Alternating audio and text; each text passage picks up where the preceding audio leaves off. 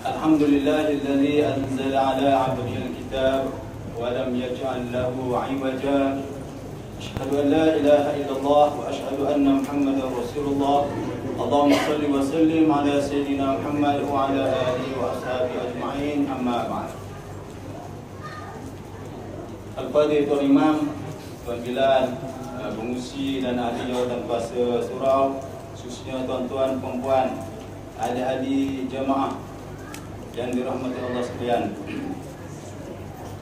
Pertamanya tentunya kita sama-sama menyatakan syukur kita kepada Allah Subhanahu Wa Taala masih diizinkan kepada kita sekalian dapat masuk ke pasal kedua Ramadan Al-Mubarak ini. Jadi 10 hari yang telah kita lalui sewajarnya kita jadikan dia sebagai satu muhasabah untuk kita melihat adakah pelaksanaan Ramadan kita memenuhi apa yang dikehendaki oleh Allah dan Rasulnya sallallahu alaihi wasallam. Kerana dalam perbandingan yang mudah untuk kita lihat, kita selalu dengar disebutkan Ramadan ini sebagai satu madrasah, satu sekolah, pusat latihan yang pastinya ada silibus-silibus dia yang telah ditentukan. Dan dalam memenuhi silibus tersebut, kita jangan lupa dia ada skema-skema yang tertentu yang kita kena penuhi. Kita takut, kita rasa dalam konteks kita sebagai pelajar, kita kata aku dah jawab, sedap menjawab ni. Tanpa kita sedari dia terkeluar daripada skema yang dikehendaki oleh Allah Subhanahu Wa Taala, yang dikehendaki oleh agama. Dua contoh yang besar yang boleh kita kemukakan. Pertamanya apa yang kita boleh lihat.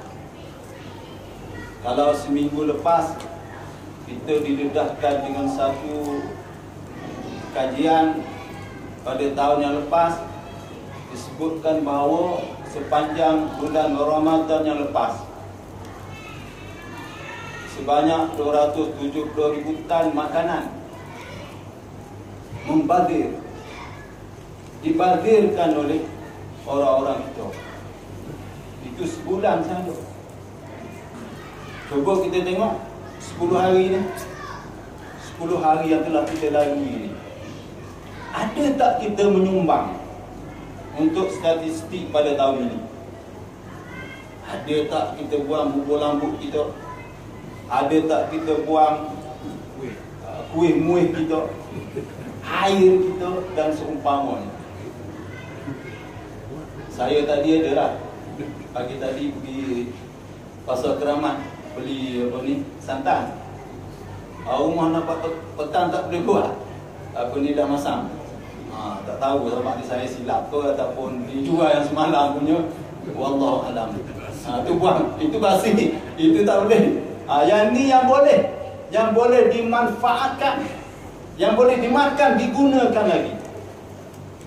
Jadi puan-puannya 10 hari yang lalu tersebut kita jadikan muhasabah untuk kita lihat kita termasuk ataupun tidak dalam golongan ini. Karena innal mubadzirin kanu min ikhwani syayatin wa kana syaitan li rabbih kafura. Mereka yang membazir ini adalah saudara syaitan.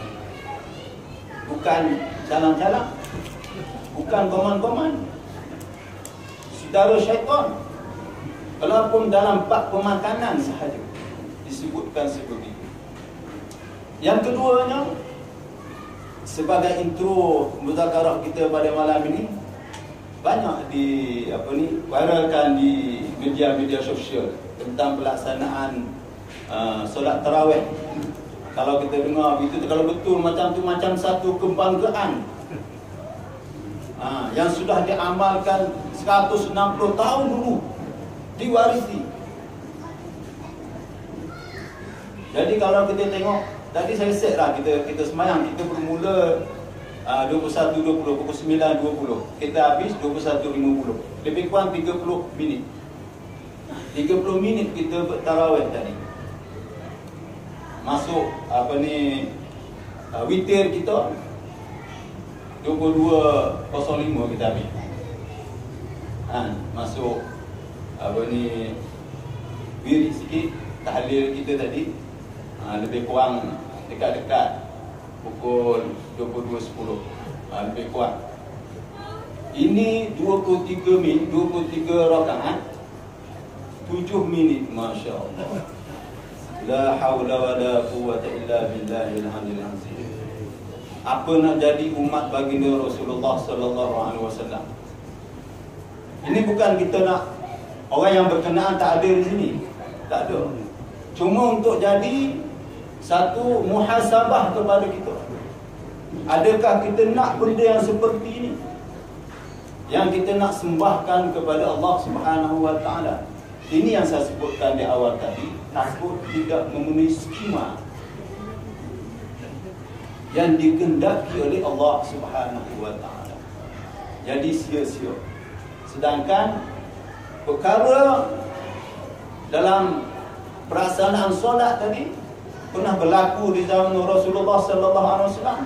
Orang yang solat yang sedemikian yang tidak ada tumakninah, Rasulullah sallallahu alaihi wasallam arahkan pulang. Pulang lagi buat semacam juga. Jadi bayangkan 23 rakaat dapat jaga ke tumakninah? Saya wallahu alam dah. Jadi kita jangan termasuk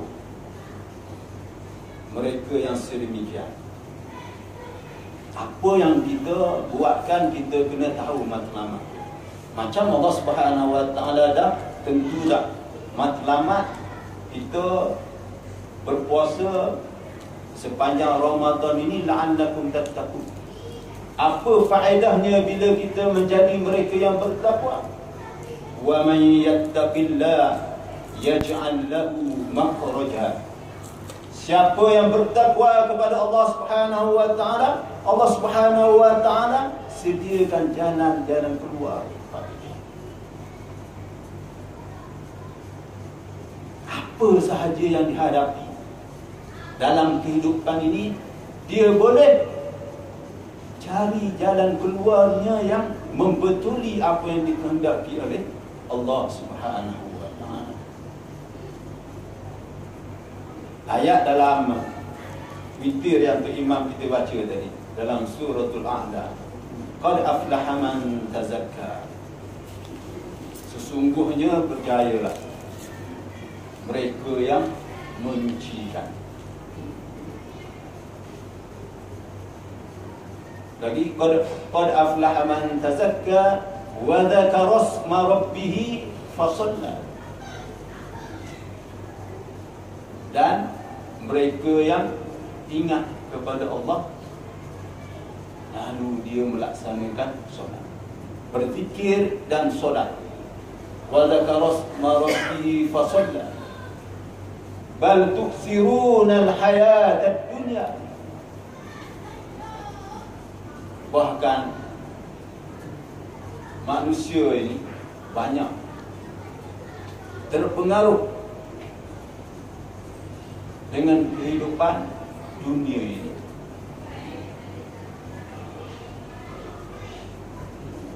Jadi lagi wal akhiratu khairun wa abqa, sedangkan akhirat itu lebih baik dan kekal keadaan. Jadi tuan-tuan muslimin muslimat rahimakumullah, bila kita tahu keadaan ini, kita sebagai muslim mukmin, kita kena tahu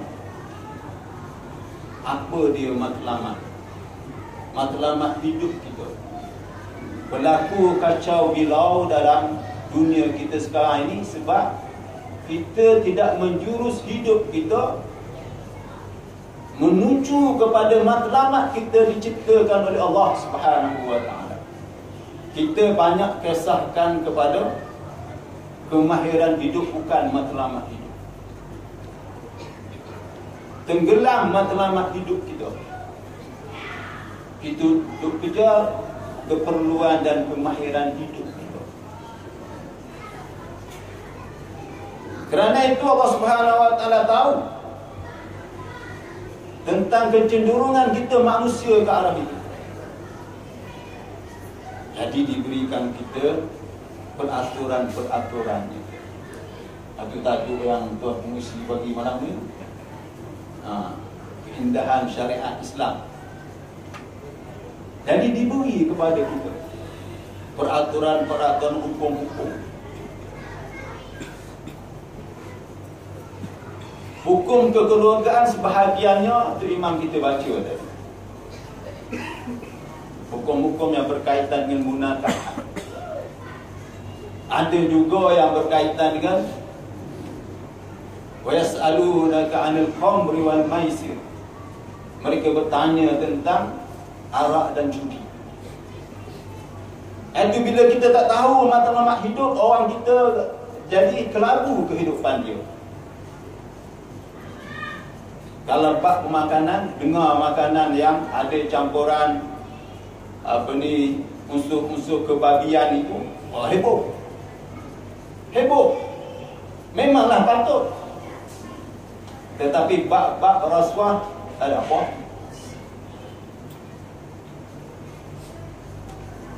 Hasil-hasil yang haram dan selain daripada itu seolah-olah boleh diterima. Inilah yang perlu kita fahami, macam kita memahami bila kita melaksanakan puasa. Kita selalu dengar saat-saat kita sebut dalam surah yang sama ada 3 ayat yang uslub bahasa dia sama. Pertamanya Allah Subhanahu wa taala sebut kutiba alaikumul qisas. Diwajibkan ke atas kamu qisas. Salah satu daripada hukum jenayah Islam. Keduanya kutiba alaikumus siyam. Diwajibkan kepada kamu berpuasa. Ketiganya kutiba alaikumul qital. Diwajibkan ke atas kamu berperang. Bahasa sama je. Uslub bahasa dia sama je. Diwajibkan. Tapi kita tengok macam mana penerimaan kita. Dan inilah yang kita takuti berlaku kepada kita. Waliyazubillah min dzalik. Kita mohon Allah Subhanahu wa taala lindungkan kita daripada pegangan-pegangan yang sedemikian, iaitu menerima penetapan perintah orders daripada Allah Subhanahu wa taala secara terpilih. Yang ni kita buat macam nak rak. Yang ni kita ketepikan langsung. Yang ni kita tak hiraukan langsung. Siapa kita? Itu yang saya sebutkan tadi, kita kena tahu matlamat hidup kita. Kita mengenal diri kita, bahawa kita adalah hamba. Bila hamba, salah satu daripada sifat yang mesti ada pada hamba adalah sami'na wa ata'na. Kita dengar dan kita taat mentaati apa yang diperintahkan oleh Allah Subhanahu wa taala kepada kita. Seperti bila kita diperintahkan untuk berpuasa, berpuasalah kita dengan penuh keakuran kita. Jadi tuan-tuan muslimin muslimat rahimakumullah, dalam semua sudut, tanpa saya nak bahagikan mengikut perundangan-perundangan tertentu, secara umumnya bahawa peraturan atau perundangan Islam itu semuanya minallah. Semuanya daripada Allah Subhanahu wa ta'ala. Bila daripada Allah, sama-sama kita ingat. Saya lupa siapa ulama tersebut, tetapi bila dia nak baca Quran. Sebelum apa-apa lagi dia peringatkan kepada diri dia. Mungkin kita tak buat. Apa dia kata? Dia kata, Hada kalamullah. Hada kalamullah. Hada kalamullah. Ini adalah kata-kata Allah. Ini adalah kata-kata Allah. Ini adalah kata-kata Allah. Itu dia nak ingatkan pada diri dia, agar bila dia membaca ayat-ayat Allah Subhanahu Wa Taala tersebut, diterimanya dengan penuh berlapang dada. Kerana itu kalamullah. Yang kita hamba ini tidak ada hak langsung dalam bentuk apa saja sekalipun nak menafikan, walaupun satu kalimah daripada ayat-ayat Allah Subhanahu Wa Taala. Kerana itu membabitkan akidah yang Allah Subhanahu Wa Taala nak bina sepanjang Ramadan ini, supaya jiwa takwa kita itu boleh terbina. Kerana itu tuan-tuan muslimin muslimat rahimakumullah, walaupun kita tidak menyebutnya sebelum kita bertadarus, sebelum kita bertilawatul Quran sepanjang Ramadan ini, ingatlah, renunglah sedikit, ingatkanlah diri kita masing-masing sebelum kita a'udzubillahi minasyaitonirrajim, bismillahirrahmanirrahim tersebut, bahawa kita akan menyebutkan kalam-kalam Allah, kalimah-kalimah Allah yang pasti di dalamnya penuh dengan arahan-arahan, petunjuk-petunjuk, bimbingan-bimbingan untuk kita sekalian. Jadi dia adalah daripada Allah Subhanahu Wa Taala. Bila ianya daripada Allah Subhanahu Wa Taala, pasti kebaikan-kebaikan melimpah untuk kita. Macam Ramadan yang Allah Subhanahu Wa Taala sistemkan kepada kita, yang sedang kita jalani sekarang. Saya rasa kalau tidak ada Ramadan, kita tak pergi rehat kepada sistem pemrosesan kita, organ-organ perut kita. Saya rasa macam tu. Sepanjang tahun dia akan bekerja. Ada Ramadan. Itu dari segi fizikalnya yang boleh kita lihat. Yang dari segi kerohanian, Masya Allah, Masya Allah tuan-tuan. Tuan-tuan, kita ni lebih kurang sama je. Lebih kurang sama je. Mungkin di permulaan Ramadan ini kita tidak terasa sangat, tetapi hasil daripada latih tubuh yang kita bermula daripada Ramadan, solat berjemaah kita yang patuhnya, berzikir lebih kurang, baca Quran kita, bertarawih kita, bertadarus kita, bersahur kita, Masya Allah, pembinaan itu 10 hari, 11 hari, 12 hari, 13 hari, 14 hari, qiyam kita 15 hari. Mungkin di ujung-ujungnya baru sikit kita rasa kemanisan.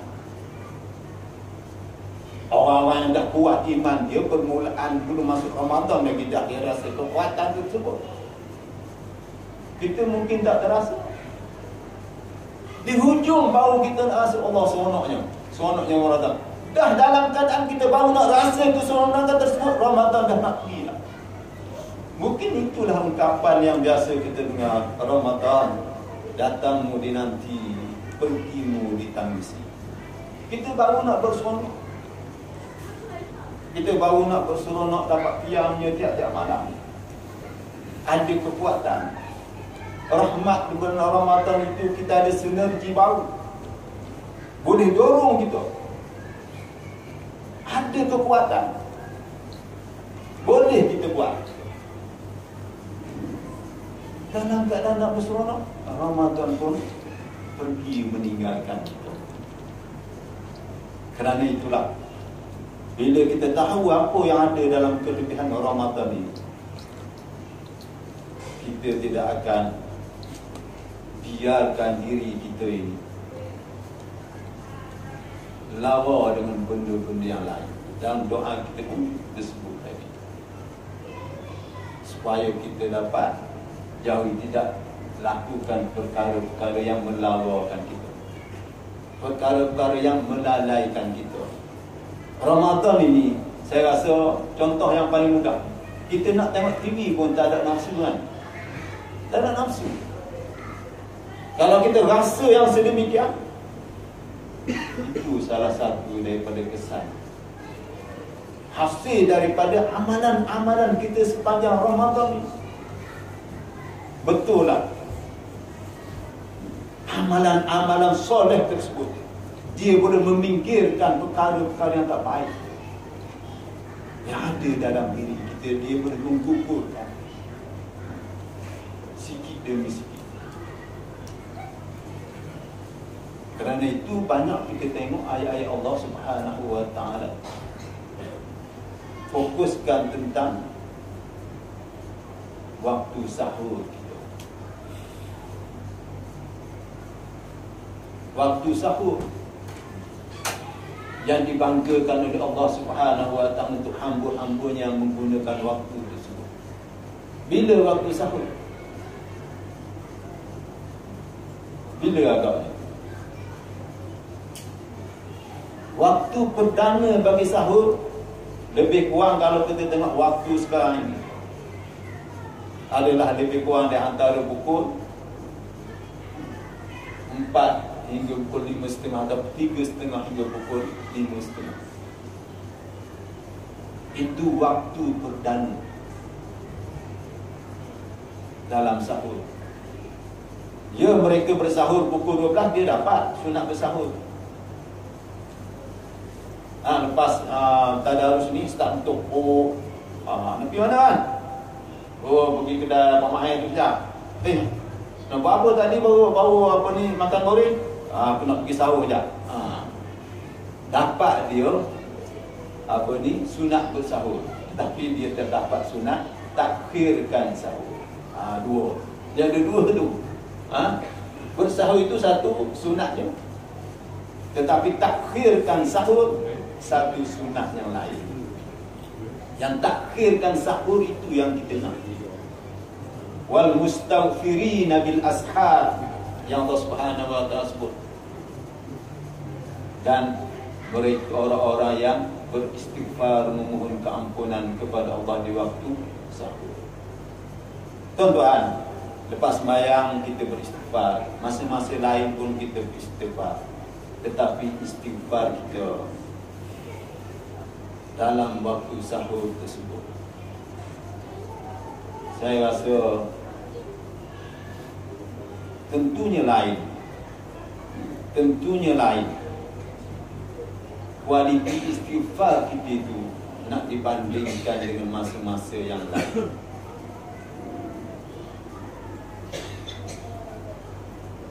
Dan inilah peluang di bulan Ramadan ini untuk kita rebut, agar sedikit sebanyak kealpaan kita yang lalu Allah Subhanahu wa ta'ala gugurkan dengan amalan kita, secara khususnya istighfar kita di waktu sahur kita. Jadi waktu sahur kita itu jangan kita lupa, walaupun satu rangkap Astaghfirullahaladzim, Astaghfirullahaladzim, Astaghfirullahaladzim. Lafazkanlah kalimah istighfar kita tersebut. Mudah-mudahan dengan amalan kita itu Allah Subhanahu wa ta'ala menggugurkan dosa-dosa kita. Kita bila sebut dosa ni, jangan kita kata dosa yang 2-3 hari lepas. Bermula bila kita menjadi mereka yang mukallaf. Bila kita mukallaf? 45 tahun yang lalu, 35 tahun yang lalu. Tak ada di kalangan kita ni 2 tahun yang lalu. Tak ada masa. Ada cukup 5 tahun yang lalu. Jadi bayangkan 45 tahun yang lalu, 35 tahun yang lalu, Masya Allah. Masa tu ustaz mungkin semayang pun tak apa semayang. Mungkin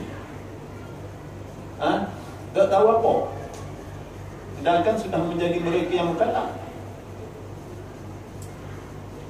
Puasa.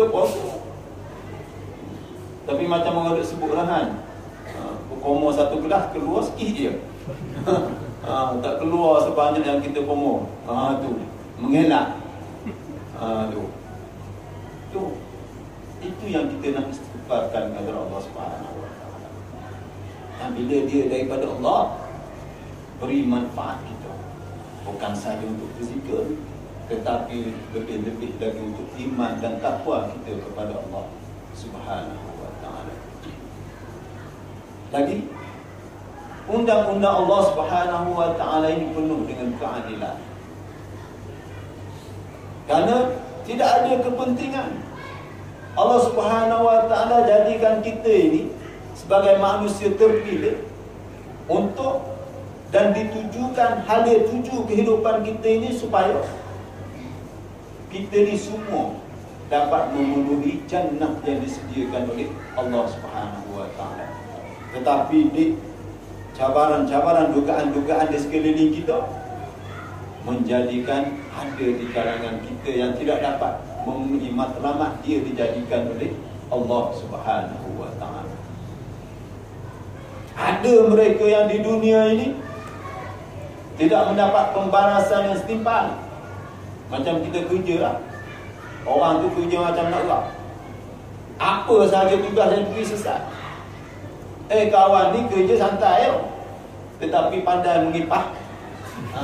Dia yang kalau benda-benda bentuk insentif, dia dapat. Kan tak dapat keadilan tu. Tetapi Allah Subhanahu Wa Taala beri keadilannya di akhirat nanti. Ataupun di atas dunia ni dia bagi dah. Tapi kadang-kadang kita tak sedar. Diberi kita sihat, diberi kita panjang umur, diberikan kita mampu masuk ke Ramadan lagi ni. Masuk Ramadan dulu kita ucap dah Alhamdulillah. Kadang-kadang sebab terlalu rutin je lupa kita. Masuk Rejab, Syaban berminta sangat. Waballighna Ramadan, waballighna Ramadan, waballighna Ramadan. Masuk Ramadan senyap. Senyap tak ada pun nak lafaz Alhamdulillah. Alhamdulillah, syukur sungguh boleh masuk. Sebab apa? Bila kita berada di Ramadan ini, Masya Allah, durian buntuh lah katalah. Durian buntuh. Rugi amat kalau kita tak durian buntuh. Lagi keistimewaan syumul, dia komprehensif, menyangkupi semua aspek. Dia bukan satu bentuk yang sebahagian. Secara keseluruhan kena akur dan patuh, lengkap melengkapi, kamil wal mutakamil dalam pelaksanaannya. Jadi tuan-tuan muslimin muslimat rahimakumullah, habis dah masa. Besar ni 30 minit ni. Jadi tuan-tuan muslimin muslimat rahimakumullah, 3 yang boleh bagi, tak apalah, tak hurai pun, sebut sebiji-sebiji je. Baik, untuk kita landing, mari sama-sama.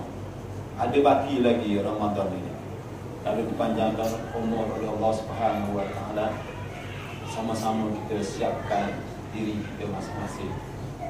Kita buat pecutan-pecutan yang memungkinkan kita dapat memanfaatkan semaksimal mungkin sepanjang Ramadan ini. Kita ikut skema